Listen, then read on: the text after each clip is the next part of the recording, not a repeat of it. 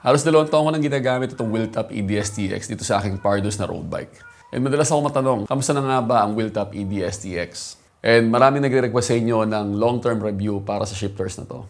At dahil dyan, yun ang pag-uusapan natin sa video na to, kamusta na yung aking Pardos road bike, at ang long-term review or kung ano yung mga naging problema or ano yung experience ko sa shifters ko na Wheeltop EDSTX. Pag-usapan natin sa video na to. Magandang araw mga Mapsters. So, gumawa ako ng video way back June 2024. Yan yung na-receive ko, yung Wheeltop EDSTX, and yan yung kinabit natin sa ating Pardos na road bike. If hindi nyo alam kung ano yung tinutukoy ko or hindi kayo sigurado kung ano yung Wheeltop EDSTX, so basically ito yung cheaper alternative sa mga kilalang brand ngayon sa SRAM and Shimano. Ginawa ko na unboxing video yan, and kung gusto nyo mapanood yung ginawa ko, click nyo lang yung link dyan sa taas. Ay, lalagay ko yung link sa lumang video ko. Sa mga regular na sumusubaybay sa akin channel, alam nyo na ginagamit ko siya pang bike commute, pag papunta ako sa Bardana. Minsan naman pag nag-ride lang ako or nag-ensayo ako or just my normal ride. Or kaya pag nag-group ride, yan. Minsan ginagamit ko tong road bike na to. And I believe isa to sa mga unang Wheeltop na group set na dumating sa Pilipinas. And maswerte tayo na subukan natin and nagamit natin. And yun nga, ang purpose ng video na to is gusto kong i-share sa inyo experience na naranasan ko or kung nagka-problema ba ako dun sa group set or kung meron ba akong mga ma-share pa. So kung kayo ay nagbabalak bumili ng Wheeltop EDSTX or itong electronic shifter ni Wheeltop, panoorin nyo ng buo itong video na to para makatulong sa inyo sa pagdedesisyon nyo kung dapat nyo bang kunin or dapat nyo bang bilhin. Itong mga ganitong klaseng shifters. Okay, so unang-una, ang nasurpresa ako dito is yung presyo niya. As of this moment, may mga mura at magandang deal ng shifters na to, and alam ko marami na rin bumili, marami na rin nag-message sa akin kung okay ba siya, and na-check out na rin nila.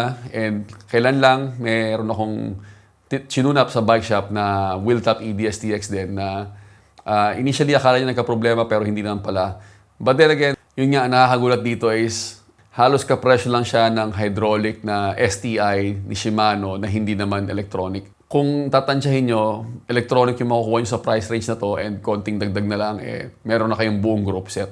Sa tagal ng paggamit ko sa kanya, ang napansin ko naman is reliable naman siya gamitin or maaasahan naman siya.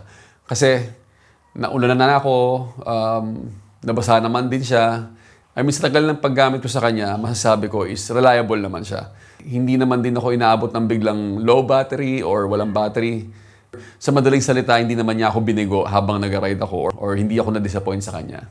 Surprisingly, sa shifting naman niya, may konting difference sa feel when it comes sa 105 Di2. Pero para sa akin, hindi na rin siya masama or hindi na rin siya makukumpara na hindi okay. Like para sa akin, okay yung shifting niya. Wala akong problema doon. Wala akong issue doon. Yung initial setup noong nakuha ko siya is medyo nagka-problema ako kasi yung translation ng app medyo magulo pa. Like hindi pa siya malinis. Pero recent update ng mga apps, sobrang laki na ng pinagbago niya. And madali na siyang itono, madali na siyang i-adjust. Madali na rin maintindihan yung app kumpara nung unang beso siya nakuha. And isa pang masasabi ko sa kanya is once na na-setup mo na siya or natono mo na siya, halos hindi na siya nawawala sa pagkatono. Just like ng mga ibang electronic shifters, halos gano'n naman Once na ma-setup mo na siya, hindi na siya pangbabago. Yun nga yung isa sa mga benefit ng electronic shifters is wala siyang cable na nag-expand katagalan or nababago katagalan. Itong mga electronic shifters na to is stable siya pag natono nyo na siya, hindi na siya pabago-bago or hindi siya nawawala sa tono. Which na-experience ko naman dito sa Wheeltop na to na hindi naman siya nawala sa pagkakatono once na natono ko na siya. So the initial setup, yun, dati yung translation mahirap. Ngayon, solved na yun, okay na yung problema na yun. Hindi na kayo ganun mahihirapan kung ngayong time kayo bibili ng ganitong klaseng electronic shifters. Another new update na nangyari na nasolve din ng problema ng Wheeltop is the compatibility with the GPS device. So ngayon, compatible na siya sa karamihan ng mga GPS device. I was using IGP Sports and now Majin, which is both compatible sa mga shifters na to. So bakit importante na compatible sa GPS computer? Para sa akin, importante yon kasi doon mo makikita yung battery or yung range ng battery na meron ka pa, and hindi mo makakalimutan siya i-charge. Karamihan kasi dati ang nagiging problema sa mga electronic shifters na ganito, sasabihin nila nalolobat, madaling malobat. Hindi siya madaling malobat. Ang problema sa kanya, na sobrang tagal niya malobat, nakakalimutan mo na mag-charge. So dito, kapag kinonect mo siya sa GPS computer niyo, makikita niyo yung battery life. kung okay pa ba siya, kung may charge pa siya, at kung kailan ka dapat mag-charge. So, with the previous Di2 or the older model, kailangan pang bumili ng mga Bluetooth module para makita mo yung battery life percentage nung shifters mo. So, sa wheel tap, dati nung unang labas niya, hindi siya pwede, hindi siya compatible.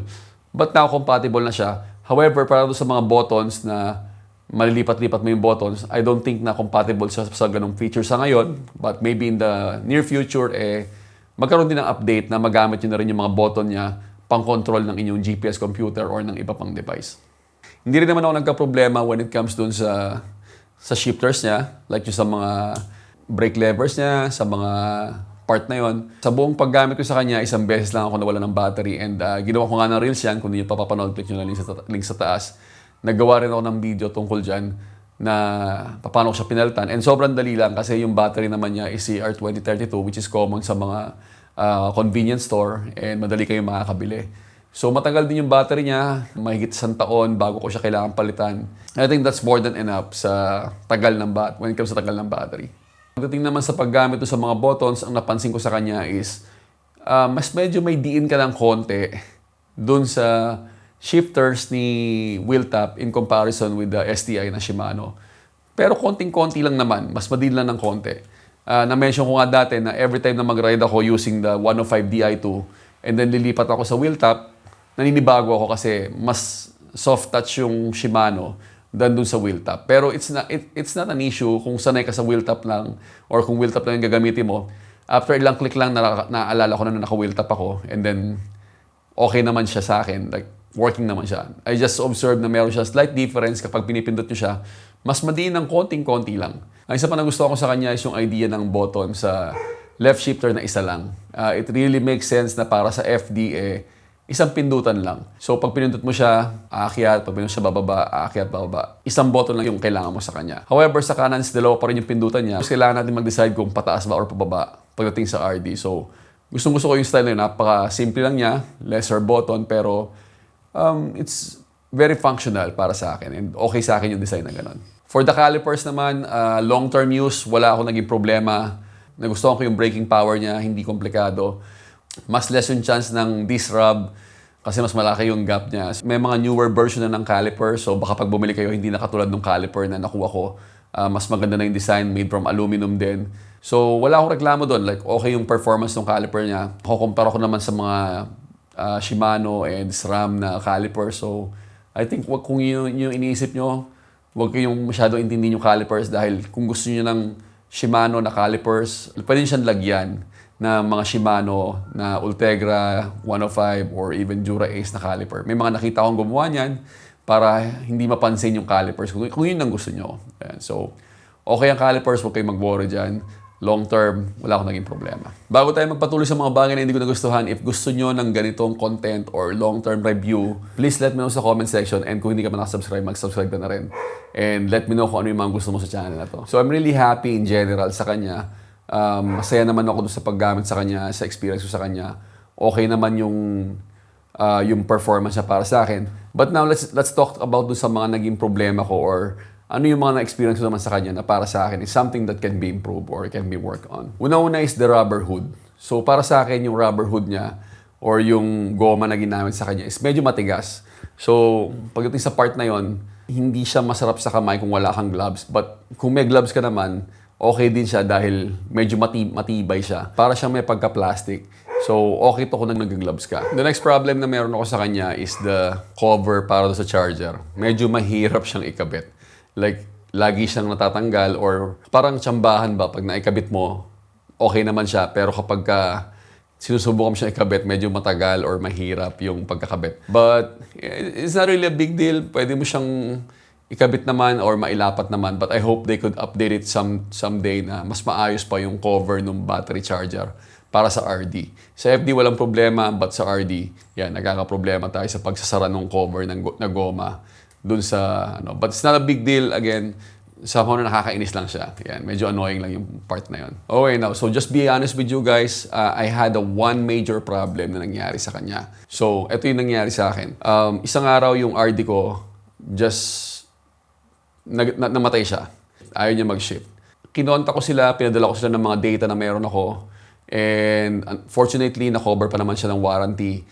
Pinalitan nila ng bago. And they advised me na kailangan nilang kunin yung older na RD ko para matest kung anong problema. Initially, I was thinking that it's just the battery.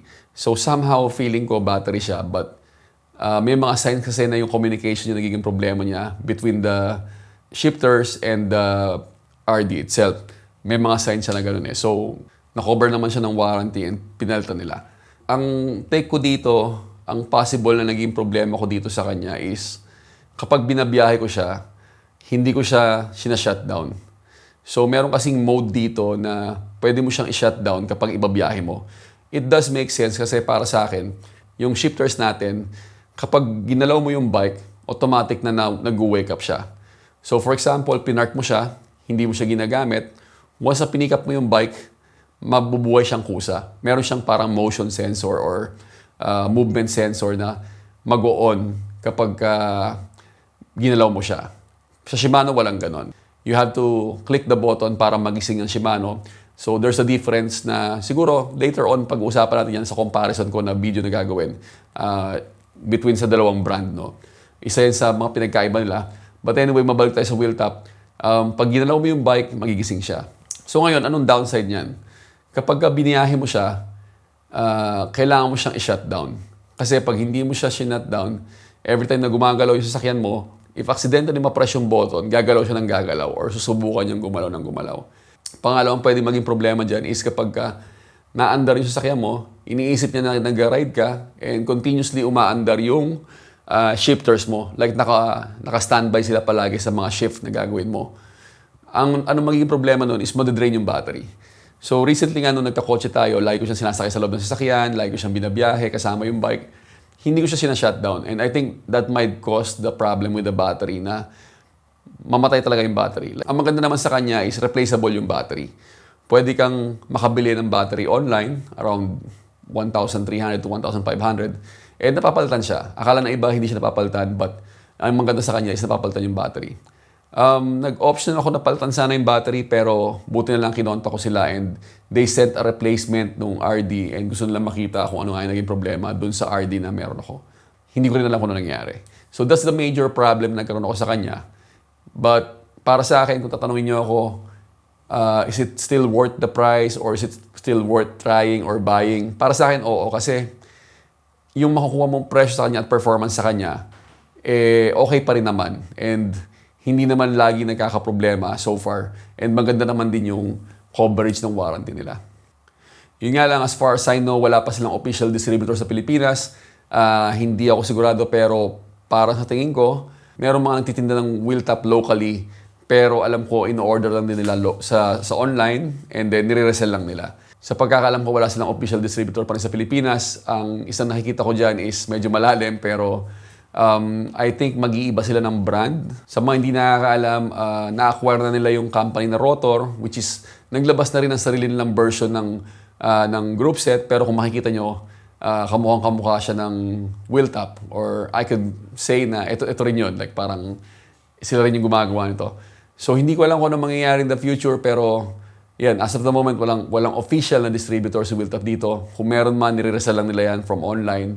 I'm not sure in the future kung magkakaroon sila dahil si Rotor, na-mention ko na brand, is merong silang official distributor sa Pilipinas. So, mahaba pa yung usapan na yan. Sometimes kasi magkakaroon sila ng agreement na hindi na sila magbebenta rito dahil yung brand na Rotor ang ibebenta. But, medyo malhabang usapan yon. Yun na yung naiisip ko sa ngayon.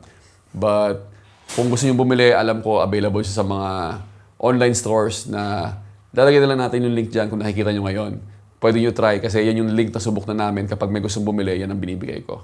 Alright, update ko na din kayo sa bike na to. Sa aking Pardos Robin Sports. Alam ko kung sinusubaybayan nyo ako, nakita yung pagbabago niya from hindi naka-carbon. So, ang layo na narating natin.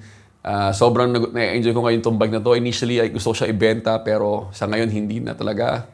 Kasi ang plano ko sa kanya dapat is siya yung gagawin kong touring bike na relax na endurance bike, lalagyan ng mga bag, pang multi-day ride. Mukhang babaguhin na natin yon. Hindi na yun ang gusto natin mangyari sa kanya. Ngayon, ang plano ko sa kanya is gawin siyang parang medyo aggressive na bike, pang everyday training, pang ensayo, pang gamit sa araw-araw.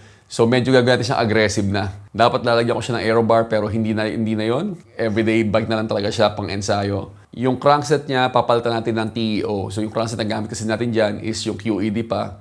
So i-dispose na natin yan and papalitan natin ng bago na mas magaang na crankset, which is the Magin TEO. Abangan nyo rin yan, hindi ko pa rin nagagawa yung video pero gagawin din natin ang video yung Magin TEO na yan. Sobrang ganda itong crankset na to at yan ang ilalagay natin dito sa bike na to. And also dahil kinukulit ako ni Mort at ni G-Rec ng ating mga mechanic sa Supreme Bikes Bardana, gawin na raw naming internal cable routing kasi nga sayang, naka-electronic naman, hindi naman naka-mechanical and dalawang cable lang yung papasok sa loob. I think I will do that. Susubukan namin for the vlog, for the video. Ipapasok namin yung kable. Although, ang tagal na nilang sinasabihin na gawin na namin, pero I think it's about time for us to experiment dun sa bike kung anong mangyayari, kung magiging okay ba yung kalalabasan ng conversion namin. Kami lang yung gagawa. Instead na gagawin ko siya endurance bike, kukuha na lang ako ng isa pang bike na gravel, na yun ang gagawin nating endurance all-rounder. So, hindi naman to expensive na build. I will be also coordinating with the Wheeltop team na kung pwede kong subukan din yung gravel nila na group set. At yun ang gagamitin natin doon sa bagong gravel bike na bubuhay natin. Yan. I think kailangan natin mag-gravel kasi kahit paano may mga road tayo hindi manadaanan or limitation ng road bike. So I think it's about time ulit na subukan natin ulit yung gravel bike. Alam niyo naman yan meron ng mga nangyayari sa gravel bike ko but parang ayoko na isipin. Kaya ngayon I think subukan natin ulit yung mag-gravel. Ipon-ipunan tayo ng konti. So siguro sa susunod na video, yun ang gagawin natin. Kung hindi kayo sure kung mag-105 ba kayo or mag-wheeltop kayo, gagawan ko ng comparison video itong dalawang brand na to dahil yan ang parehas na meron ako and hopefully makatulong yon sa pagdedesisyon kung ano yung para sa inyo at kung ano yung dapat nyo bang bilhin para sa bisikleta nyo. Okay, that's it for this video. I hope may mga natutunan kayo and ayan, abangan nyo yung mga parating natin vlog na gagawin pa natin. Sorry, medyo nagkasakit tayo the past few weeks. Kaya medyo hindi natin nagawa itong mga content na to. Ang dami ko pang pending na content. Pero asahan nyo, tuloy-tuloy pa rin tayo sa paggawa ng mga video. Especially sa cycling and also sa mga buhay-buhay. Thank you for watching everyone. Go vegan!